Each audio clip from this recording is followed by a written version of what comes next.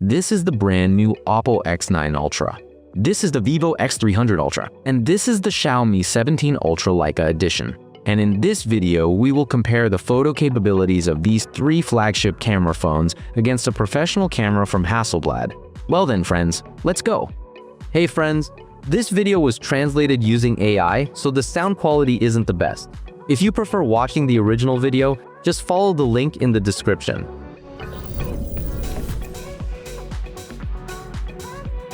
Yes, friends, in the photo test section, we will be comparing smartphone results not only with each other, but also with our professional Hasselblad camera. We need it as a reference for natural color reproduction and natural optical bokeh. It is clear that smartphones and medium format cameras are different classes of devices, but it is precisely in contrast with Hasselblad that you can clearly see where smartphone algorithms make the image look realistic and where they start recoloring the scene, over-sharpening details and adding too much artificial detail to the image. Let's start with a portrait photo. Vivo has a refined color profile, which was previously called natural. Xiaomi uses the Leica standard. I'm leaving the blur intensity for all three smartphones at the recommended values. To compare, let's immediately add Hasselblad to evaluate the accuracy of the digital background blur. And my wonderful daughters are helping me with this test. The first difference is seen in the zooms. Oppo offers 5 magnifications from 1x to 10x. Vivo shoots a portrait, starting from the ultra-wide and up to 5.9x zoom. It also offers 5 levels of zoom. On the Xiaomi, portrait is available on the main camera, 2x zoom, and the variable telephoto lens, taking the photo. In the first series of shots, Oppo and Xiaomi's bokeh worked very similarly to Hasselblad. They correctly separated the foreground from the background and kept part of the bush and a flower in focus. Vivo has the weakest blur in this trio, since the photo was taken on the ultra-wide lens, and comparing this shot to the others wouldn't be quite fair. Taking a photo with the main camera of the X300 Ultra, the blur strength is close to what we see on Hasselblad. However, Vivo made the most glaring mistakes in the trio. Look at the branch. It is partially out of focus, while the leaf near the girls is in focus. It's noticeable that Vivo also blurs fine hair more than anyone else, although Oppo and Xiaomi have this problem too. This is especially noticeable above the head of my younger daughter Mia.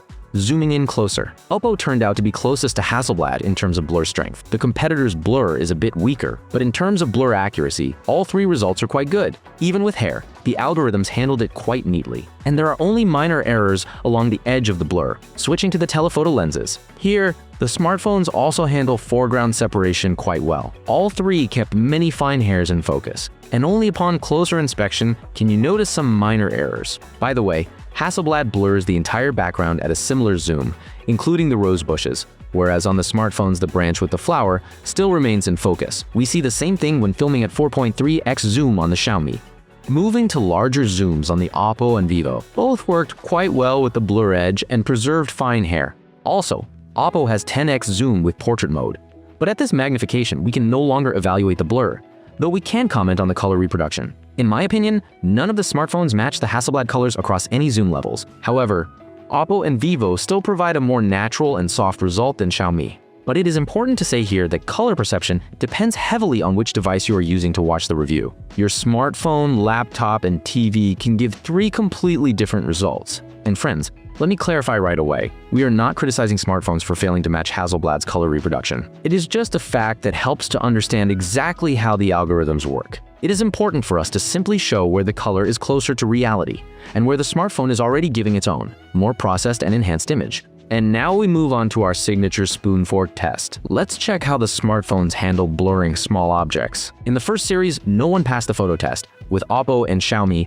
the spoon is partially smudged, while with Vivo, it's just blurry. When shooting at 1.5x zoom, Vivo works better. The result is excellent. The whole spoon is in focus. At the next zoom level, both Vivo and Xiaomi worked well. Whereas with Oppo, we still see a blurry part of the spoon to the left of the hand. But if we take photos with the telephoto lenses, then all three smartphones handle the task without any problems. This also applies to the extreme focal length of 4.3x on the Xiaomi telephoto lens. Next, Vivo and Oppo also get high-quality results without any blurring errors, including when switching to the 10x telephoto lens on the Oppo Find X9 Ultra. Moving on to selfie photos. Let's start with this shot of my daughters. Here, Oppo gives us the most honest color in the trio. It is specifically this one where skin tone and clothing look closest in hue to the Hasselblad photo. With Vivo, the shot looks pleasant and soft, but the tint here is different, a bit pinkish. Xiaomi, however, makes the skin very yellow and gives it a sort of carrot-like look. In the second series of photos, where I am alone, we see a different situation. Here, Vivo gives us a more natural skin tone, close to the reference. Oppo's result is also soft overall, but yellowish. Xiaomi oversaturates the skin again and gives it a carrot tint. Now let's take a couple of portrait selfies and start with such a difficult scene with 3 people and backlight. Small flaws along the blur edge are present in all 3 smartphones. However, the most obvious mistake is seen on the Xiaomi. It left a palm branch near my lovely mom's head in focus, as if it were the foreground. Second example, a simpler scene, but even here the front cameras had trouble with the blur edge. In some places, thin hairs are blurry, and there are also small unblurred areas of the background visible in the hair. However, this is a typical result for digital bokeh on modern front cameras. By the way, all photo tests were conducted on the exact operating system versions that you see on the screen right now. This is important to keep in mind, because after updates, smartphones might perform differently in terms of color reproduction, noise reduction, detail, and overall photo processing. Let's look at regular photos of people without portrait mode. On the Vivo, I'm changing the profile from refined to natural Zeiss, and on the Xiaomi, I choose Leica Vibrant. Let's see what color reproduction results these smartphones offer with these color settings. On the ultra-wide lenses, Oppo and Vivo gave us soft, calm shots, while the Xiaomi result is the most saturated with a noticeable sandy tint. Moving to the main cameras and adding Hasselblad photos as a reference. The camera produces a cold photo, and Vivo came closest to this result, though Oppo was more accurate with the sky color. At 2x zoom on Oppo and Xiaomi, the situation doesn't change, so I suggest zooming in closer, enabling telephoto lenses. The situation here is interesting. For white balance, Vivo is closest to Hasselblad again, but as for skin tone, I think Oppo hit it more accurately. Moving on to larger zooms. Once again regarding skin color, the most accurate was from the Oppo Find X9 Ultra. But it should be noted that the photo itself is more saturated than the Hasselblad one. At the same time, no one got the clothing color right. Doing 10x zoom, and here we look not only at color reproduction, but also at how details are rendered. And actually, all 3 flagships are impressive here. Skin looks natural, no harsh processing or retouching is visible. And as for skin tone, Oppo once again gives us the result closest to Hasselblad, 20x, the final zoom in this test. I have nothing more to add to what was said above. The photos are natural and realistic in terms of detail, and regarding color reproduction, the Find X9 Ultra ended up being closest to Hasselblad on almost all zooms. Let's move on to some tasty photos and see how these phones handle food photography. Only Vivo has a dedicated food mode where you can choose different effects, like adding a light source or haze. The competitors don't have such an option, so here I use filters and portrait mode to get an interesting result. And this is the appetizing result we get. Who did it better? I think this is a matter of your color preferences. Let's move on to landscape photography and start with the ultra-wide lenses. Let's start with this kind of example with backlight and a dark foreground. Vivo and Xiaomi did well. The sky isn't blown out, but the foreground is also quite bright. Oppo's exposure is clearly lower than its rivals, which makes the foreground a bit dark. In the second photo with similar conditions, we see that all 3 smartphones show good detail in both the sky and the shaded foreground. The vegetation is clearly visible. When shooting in simple conditions, you get beautiful shots like these. Smartphones provide pleasant and high-quality shots, but with their own tints. Let's move to the main camera, and for an example of realistic color reproduction, we'll add a photo from Hasselblad. In the first example, we see that Oppo is close to Hasselblad not only in tints, but also in exposure. In the second example with the blue minivan, we see that all 3 smartphones perform differently and none of them matched the reference shades. This is noticeable by the color of the asphalt, for example. Another series of shots now features a beautiful embankment. Once again, it is specifically the Oppo Find X9 Ultra that gives the shot closest to Hasselblad. Another example now with such beautiful flowers. The vegetation itself looks similar in all 4 shots, but if you look closely at the tile shades, Oppo and Xiaomi will be closer to Hasselblad. Let's take a couple of photos with the telephoto lenses. In the first example, all 3 smartphones fail to match the Hasselblad lighting and adjust the white balance and shades in their own way. In the second series of shots, we see that the smartphone photos differ in brightness and contrast, but overall their hues are similar to the Hasselblad photos. Another example, again with colors. This time, Vivo produced the result closest to the reference. Its overall color reproduction is most similar to the photo on the right. The last example with vegetation. This time, it seems like all 3 competitors' photos turned out similar to what Hasselblad gave us, if we are talking about the foreground. But for some reason, the sky on the Oppo went into a purple tint, while at the same time, the sky tint on the Vivo and Xiaomi is closer to the reference. Moving on to raw photos. The point of this test is to see how much information the smartphones preserve in the file before the algorithms process it. In a standard JPEG, the smartphone immediately adds color, boosts contrast, and cleans up noise itself, whereas RAW gives us significantly more room for manual editing. For now, I suggest you evaluate what kind of results we can achieve in RAW from each lens of every flagship. What can I say about the flexibility and quality of RAW photography in our case? Regarding file flexibility, I wouldn't single anyone out here. All three smartphones produce shots that have good dynamic range, but as for the sharpness and clarity of daytime RAW, Vivo surprised me, especially on the ultra-wide lens. The detail turned out very high, and the image looks noticeably sharper than its competitors. Friends, also to reveal the maximum potential of the RAW format, I tried taking such photos with underexposure. A special thanks to our subscriber for the idea. Based on these files, Xiaomi looks the weakest. The ultra-wide and main camera struggle more than Oppo and Vivo, although the telephoto lens performed quite well. With Oppo and Vivo, it depends on the lens. Vivo performs better on the ultra-wide lens, especially in S-RAW, where there is a wider dynamic range and less noise, while Oppo looks slightly stronger with the main camera. As for the telephoto lenses, Oppo and Vivo have roughly the same results. I also tried shooting 200 megapixel RAW photos on the Vivo, and I'll say right away, it is the only smartphone in this trio that allows taking RAW shots at such a resolution. In terms of editing flexibility, these photos are no different from other shots on the Vivo. The key feature here is specifically the higher resolution of the images. Let's test the photo zoom and check the smartphone's optics for long-range capability. I should note that on the Vivo, maximum super photo enhancement is enabled. On the ultra-wide lens, Oppo and Vivo shots look comparable. All details and text are sharp and easy to read. With Xiaomi, even small text is generally readable, but the result is blurry. By the way, I should note that on Xiaomi, 50 megapixel photos are only available through Pro mode, whereas you simply cannot activate such a resolution through the standard camera interface. Here, we can only enable 200 megapixel photos on the telephoto lens. Let's move to 1x zoom. On Vivo, this is a crop from the ultra-wide. At the same time, it must be said that in terms of quality, it doesn't fall behind competitors using the main lenses at all. Its sharpness is slightly lower, which is noticeable, but detail readability doesn't really suffer from this. We are enabling 1.5x on Vivo and 2x zoom on the competitors. Of course, the photo in the center looks the sharpest, but the shot on the left also looks decent and generally doesn't fall behind the Vivo result. But with Xiaomi, the photo is weaker, it is more blurry. If we do a 2x zoom on the X300 Ultra, then it gives us a good result again. Similar in quality to the Oppo shot, we switch to the telephoto lenses. All three lenses are 200 megapixels, and in the end, all three photos turn out very similar in detail. Zooming in further, digital zoom kicks in. With Oppo, the result is quite sharp, but with a slight glow around the letters, which is an artifact. Vivo doesn't have this problem, and it also has the sharpest and clearest details, while Xiaomi gave us the blurriest shot in the trio. And now we have the same zoom level, 10x zoom.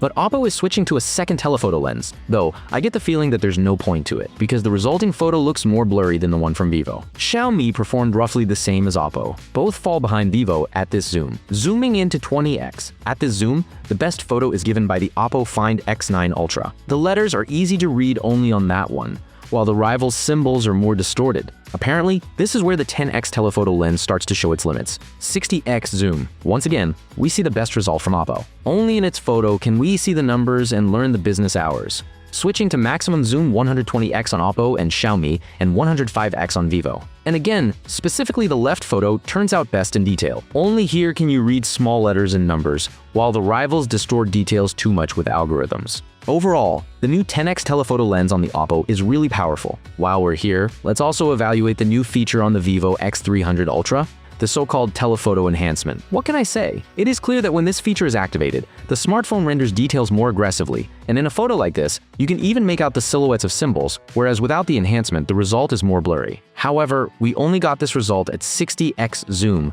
but at maximum zoom, you can no longer see any difference in detail between the Vivo shots. Friends, also per your requests, we compared 10x zoom on Oppo with a 10x crop from a 200 megapixel shot from the Vivo telephoto lens. And here's what we ended up with. Moving on to macro photography. On the Oppo X9 Ultra, this mode works very interestingly. If you activate macro mode, then at 1x the smartphone shoots a crop from the ultra-wide lens. At 2x the main camera is enabled, and here even optical bokeh appears. Next, at 3x, the telephoto lens turns on, and you can zoom in with it up to 30x. And here, it seems the 10x telephoto lens is not involved in macro photography. That is, in macro mode, Oppo uses the ultra-wide, the main camera, and the 3x telephoto lens. Overall, I like the implementation. The zoom is powerful and we have decent control over the zooming distance.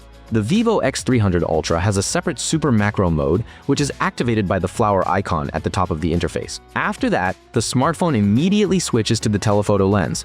And from then on, we can shoot macro with different zoom options, getting deep and high-quality photos with strong zoom and impressive bokeh. With the Xiaomi 17 Ultra, the situation is debatable. In super macro mode, there is a strange limitation. You can only use the telephoto lens within its optical range of 3.2x to 4.3x. And you can't do, for example, 10x zoom anymore. If you don't enable super macro, then you can use the ultra-wide. It focuses from a very close distance, literally from a couple of centimeters. With the main camera, the working distance increases to about 10 to 12 centimeters, while on the telephoto lens it is already around 30 centimeters. And this is inconvenient. And if you bring the smartphone a bit closer, Xiaomi itself might switch us from the telephoto lens to a digital crop from the main camera. So I can't just easily select the telephoto lens and shoot actual optical macro. That is why Oppo and Vivo look more interesting in their macro implementation. Let's test burst photography. In this mode, smartphones take dozens of shots in a few seconds, and here it is especially important how the cameras catch focus on motion, taking shots and picking a few random photos. In the first series of shots, Oppo's result is not bad, but the racket and shuttlecock are a bit blurry. With Vivo, we see the strongest blur, while at the same time Xiaomi delivered the sharpest shot. Another example, here Oppo performed best of all, even though its racket is out of focus again. And a third control example. With Oppo, the result hasn't changed, the shuttlecock is in focus, and the racket is blurry. Vivo again gave the most smudged result, while Xiaomi caught focus well on the racket, but slightly blurred the shuttlecock. And I suggest we test instant photo right away. This mode is turned on by pressing the running man icon on all three smartphones. Here, focus on movement is even more important to us, because this mode implies that we must literally catch the moment. In the end, we see that in all examples, Oppo and Xiaomi give us sharp shots without motion blur. Both the shuttlecock, the racket, and my lovely daughter are in focus. But Vivo sometimes misses, and the result here is weaker than its rivals. On Oppo, you can view such a photo or make changes in an editor. For example, by adding a slow motion effect. However, there are no other interesting features here. With Vivo, we can't even make a slow motion effect. Here we only have live photo viewing, and that's it. At the same time, on Xiaomi, we can use a video editor to add a boomerang effect to live photos, as well as a loop effect.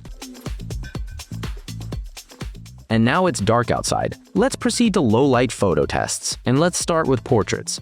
I'm not changing the blur settings. Vivo is set to refined color profile, and Xiaomi to Leica standard. And helping me with this test is my lovely eldest daughter, Maya. In the first series of photos, we see that the smartphones worked quite neatly. No errors on the blur edge are visible, but our blur intensity is still quite low.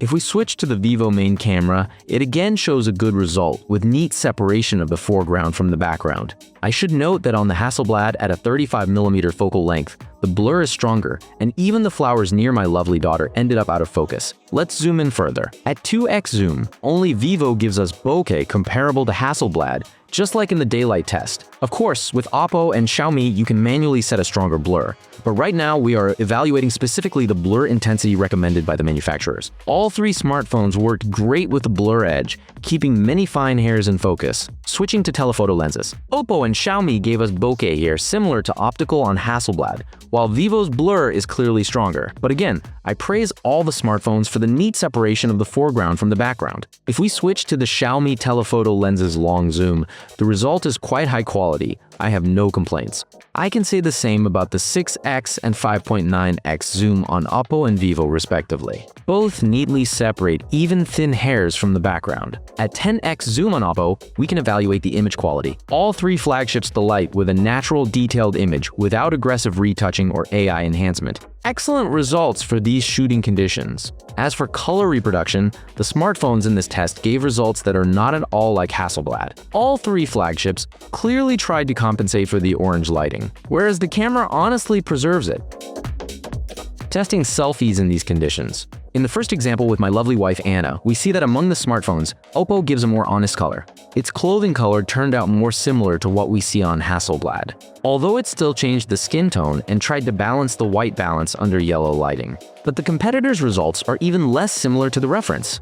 Another photo where I am alone now. Hasselblad again gives us a yellow shot. Xiaomi's photo is reddish, Vivo's is cold. Oppo just has a slight yellow tint, but perhaps it is this one that again has the result closest to Hasselblad. It is not good, not bad, it is just a fact. I will remind you about this, friends. Taking portrait shots.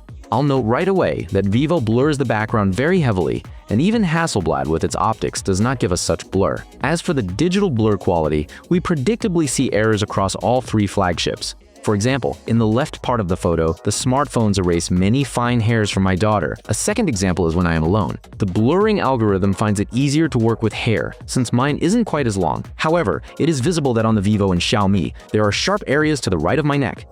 Let's move on to filming a person using the main camera unit without digital blur. The Vivo has a refined color profile, while for the Xiaomi, we will look at Leica Authentic. At the initial zooms, we will once again look at color reproduction, and starting from 10x zoom, we will evaluate how the smartphone algorithms reconstruct facial details. I'm starting, as usual, with the ultra-wide lenses. For now, I suggest you choose the best photo to your own taste. Moving on to the main cameras and adding Hasselblad photos to the comparison. And so far, none of the smartphones give us a result similar to the camera. We see the same thing when filming at 2x zoom on Oppo and Xiaomi. The smartphone again balances the yellow lighting, trying to give us a balanced image. But everyone colors their photos in their own shades. When switching to telephoto lenses, the situation changes a bit. Here, Oppo has already approached Hasselblad's color reproduction. This is visible by the clothing shade and skin tone. The result is not exactly one-to-one, but it's more accurate than the competitors. Switching to digital zoom, once again, Oppo gives a closer result to Hasselblad. However, its shot leans more into yellow, while Hasselblad's leans into orange.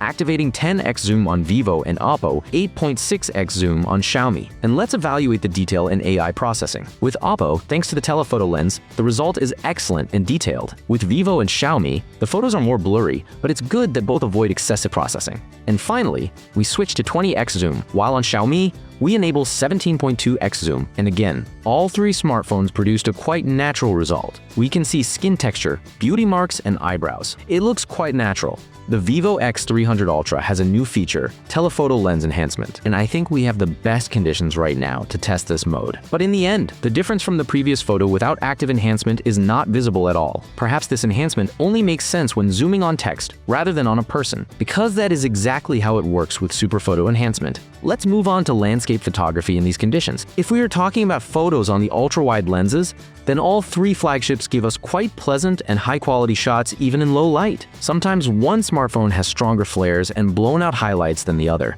but the result always varies depending on the scene. I can't say that someone performed worse or better, and the difference comes down to white balance and tint. By the way, let's move on to the main lenses and see which flagship has the most accurate color reproduction in these conditions. For this, we are once again adding a Hasselblad reference. In the first example, we have warm orange light, which gives the shot that same tint. The result closest to this color was achieved on the Xiaomi, whereas the Vivo photo is yellowish, and the Oppo turned out with a brownish tint.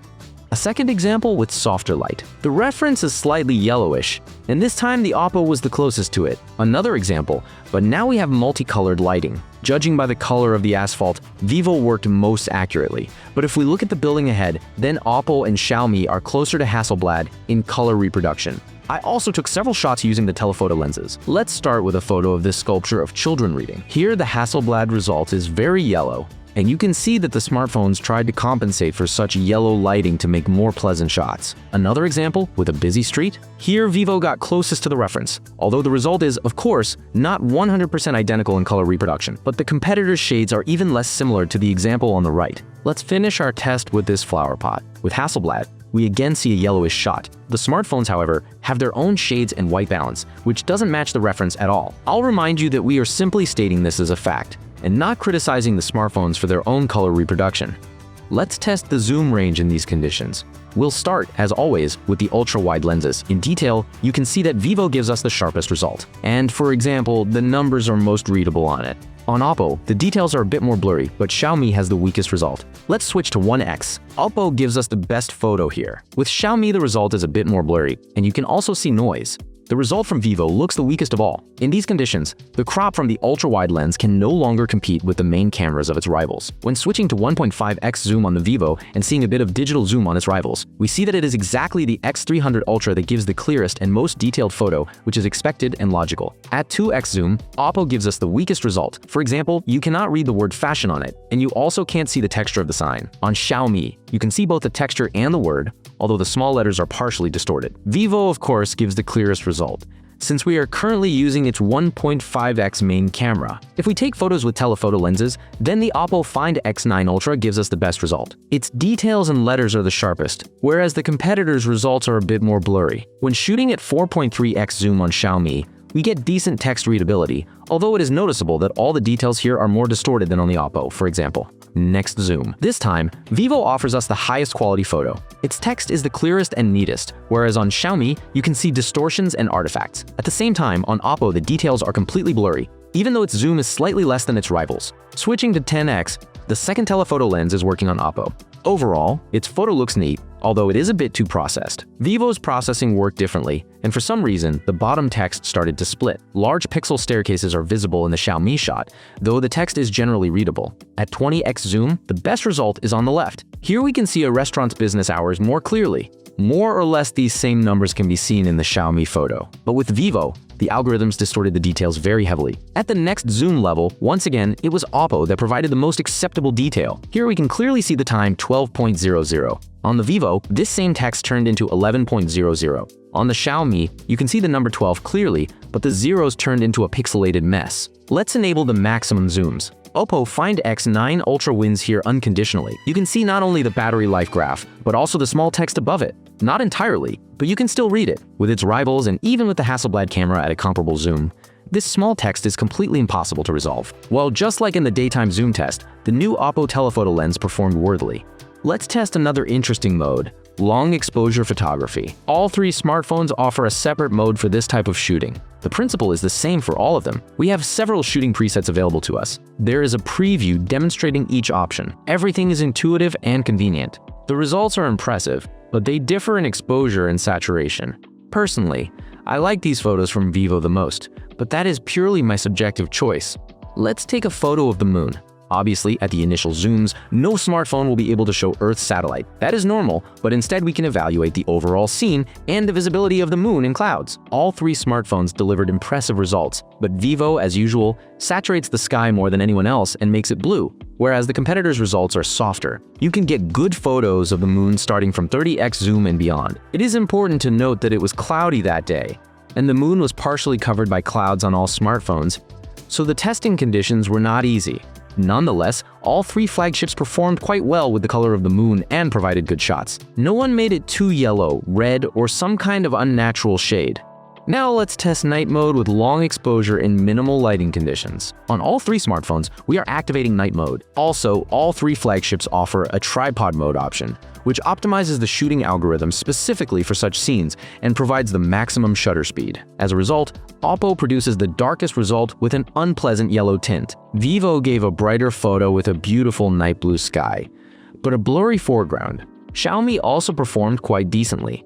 The photo is beautiful without yellowness and not too dark, while the sharpness and detail in the shadows are top-notch. But Vivo and Xiaomi have a unique feature here. They offer photo presets that Oppo doesn't have. And in this case, I'm talking about the star trail effect. In this mode, the shutter speed becomes even longer. However, the conditions for such a photo are of course not the best.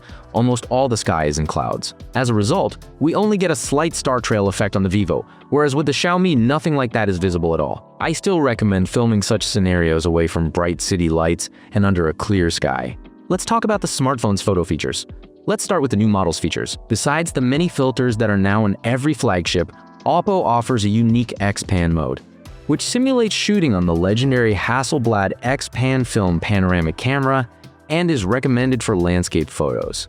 In portrait mode, we also have several features, such as a soft light effect, as well as retouching and facial feature editing.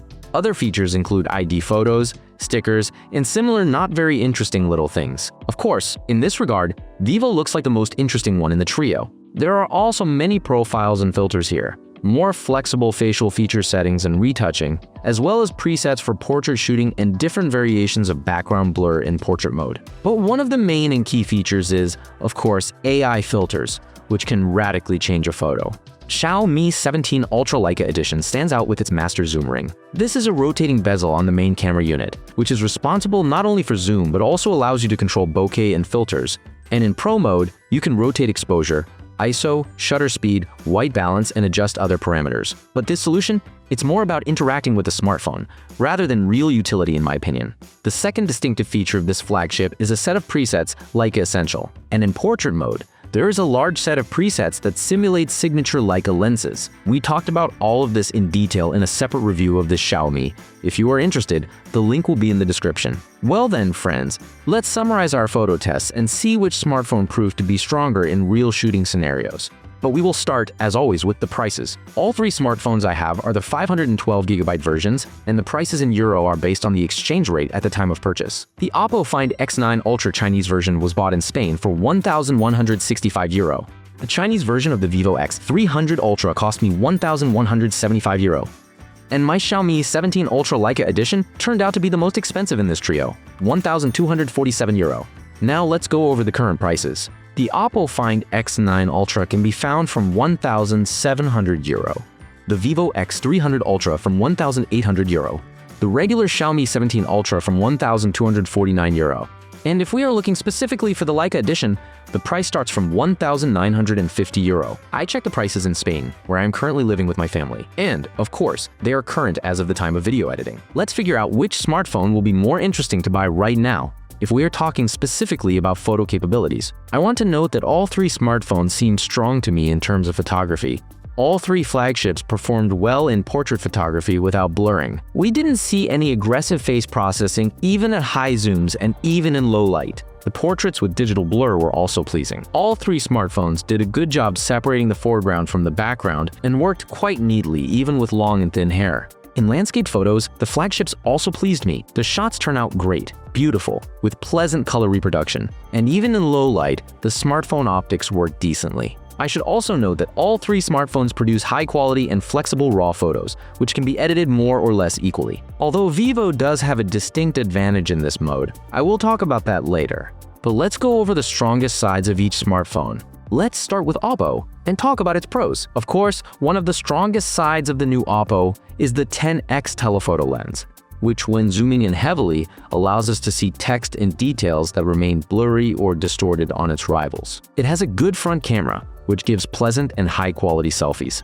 including in low-light conditions. The ultra-wide, main camera, and 3x telephoto lens also work confidently and provide high-quality photos in different shooting conditions. One of the most noticeable pluses of the Oppo Find X9 Ultra is its color reproduction. The smartphone justifies its collaboration with Hasselblad, because in today's tests, it really often hit the natural colors of Hasselblad.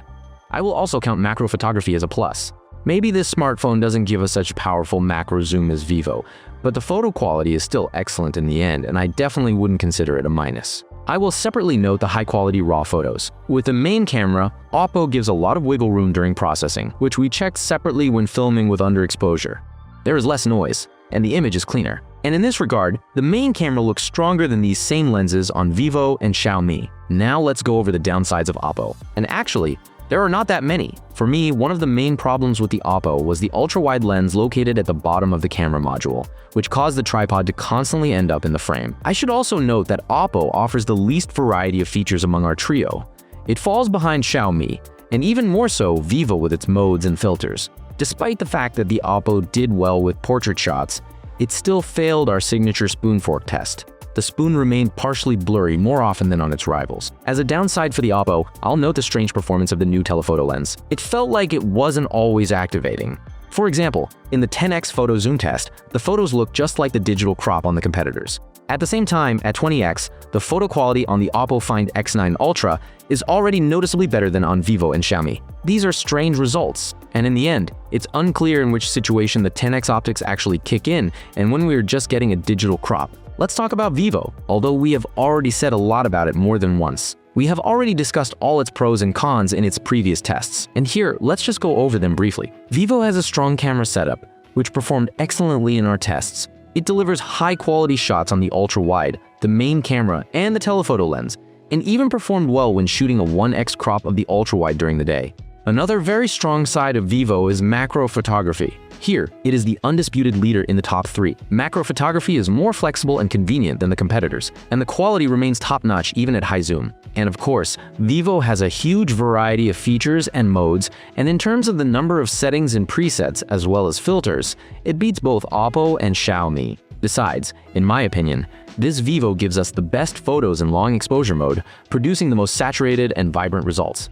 A strong point of Vivo is, of course, RAW photography. Only here do we have both standard RAW photos and S-RAW at 200 megapixels resolution, which competitors do not offer. I would also include long exposure night photos as a plus. Vivo gives us beautiful bright photos with a pleasant saturated night sky. Plus, it has additional presets, including the star trail effect, and it was specifically on the Vivo in our test that this effect showed up, even if just a little. The main controversial point of the Vivo is the overly aggressive image processing, and this was especially visible in the photo zoom tests. At long zoom levels, the algorithms heavily distort small details in text.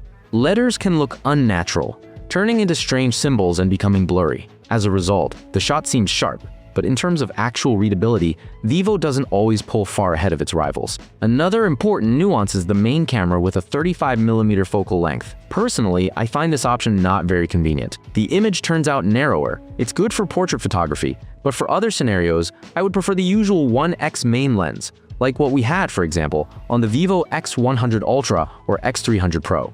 As for the flaws in our test today, I would note Vivo's performance in instant shooting, where it more often gave a blurry result than its rivals. And let's also briefly talk about our Xiaomi 17 Ultra Leica edition.